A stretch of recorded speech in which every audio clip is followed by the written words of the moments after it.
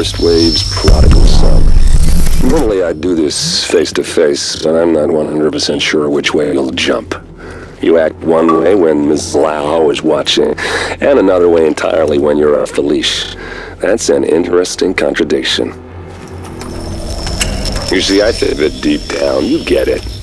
You know, the old rules, laws, governments, those things died on Black Friday. But the feral PMCs, the convicts, the ones smart enough and good enough to take what they need, they'll survive. Me?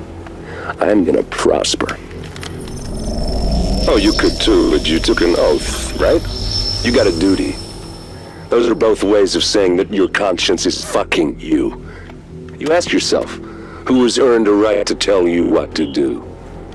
Do you know how many agents died to hold the dark zone just for the brass to give up and put a wall around it? You don't believe me? You should check the place out for yourself. But the people you're working for, they're irrelevant now. Amherst changed how the game is played, and I have got the vision to win. I got Chernenko, I got a DNA printer, and a very interesting recipe book. I'm gonna write my own rules. You should think about getting in on this thing. I'll be seeing you.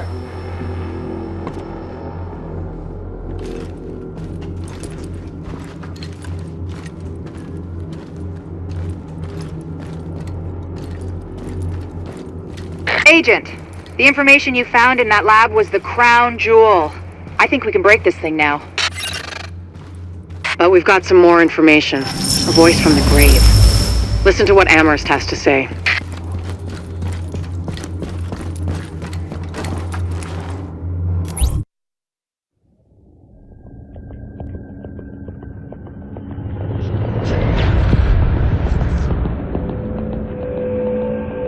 What you're looking at is the smallpox virus, one of the deadliest pathogens on the planet.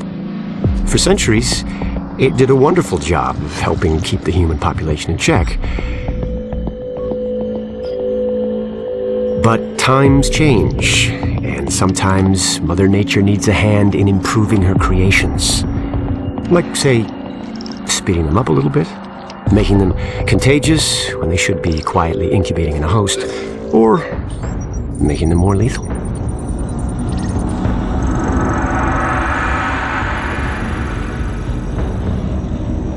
I didn't come up with the approach on my own.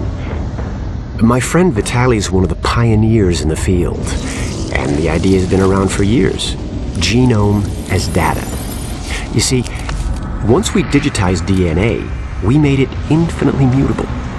We could do 1,000 virtual variations in the time it used to take to grow a one-lab-grade generation of pathogens. And we could pick the best, most lethal combinations and make them real. That's how you make a killer virus, you see. Mix in genetic code from other diseases, and you move the sliders all the way up on lethality and virulence. The goal was a 90% mortality rate. I'm not sure my green poison is going to quite hit that, but honestly, that's just details. As long as most of humanity goes, the Earth stands a fighting chance. Technically, technology is what's killing the planet. But that's not really the case. It's the greed that drives the technology. But a funny thing happened on the way to $100 genome maps and 3D printed plastic toys. Someone figured out those technologies could be repurposed, modified for the greater good. Me. Now, my virus is going to do what nature's always done. Decide who lives and who dies. And if nature decides I die, then I die. If nothing else, I'll have a lot of company. Natural selection at its finest, helped along by a little unnatural genetic manipulation. It's all data, really. Life's just a method of processing it. The same way I processed the smallpox genome on my laptop. And who's to say that wasn't the plan all along?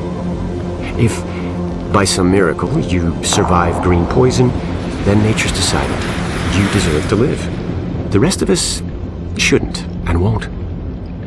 Godspeed. I'll see you in hell.